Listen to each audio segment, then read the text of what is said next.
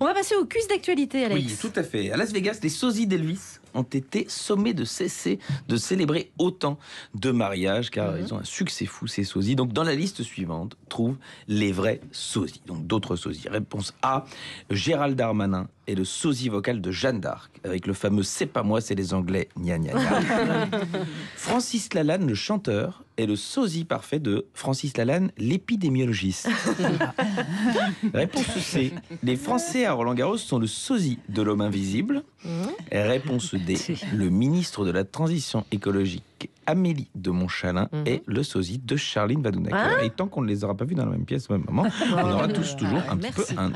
Merci, ça sent la vengeance, ça, Alex. C'est très moche. Oui, mais vous savez très bien qui l'a écrit, donc ça veut dire que vous allez régler ces comptes-là. Alors, c'est parti pour les législatives. Je sens que vous êtes hyper excités. Oui, calmez-vous, calmez-vous. Parmi les infos suivantes sur ce scrutin législatif, quelles sont les infos qui sont vraies? Petit A, il y a 6293 candidatures, un petit peu partout en France. Mais si on retire toutes les candidatures de Manuel Valls, on est à 900 candidatures.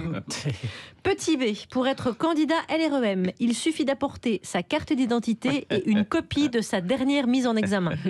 Vous lisez avant que je dise, parce que vous rigolez avant. Oui, mais non, mais après, je vous vois arriver aussi. Je vous connais à force, avec les années. Petit C, les ministres qui vont perdre aux législatives devront être soupçonnés d'agression sexuelle afin de conserver leur poste.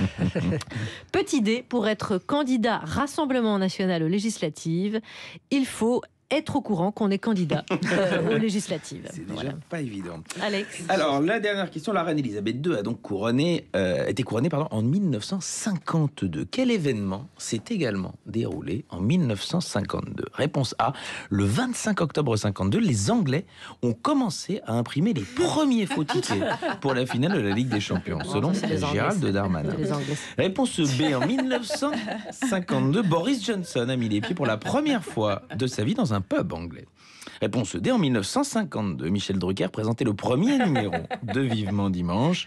Réponse D, 1952 était une année bissextile. Et comme c'est une info dont on se fout un petit peu et qu'elle n'est pas tellement drôle, il est possible que ce soit la bonne réponse. Merci Alex Vizorek. Les corrigés sont bien sûr sur la page Facebook de l'émission.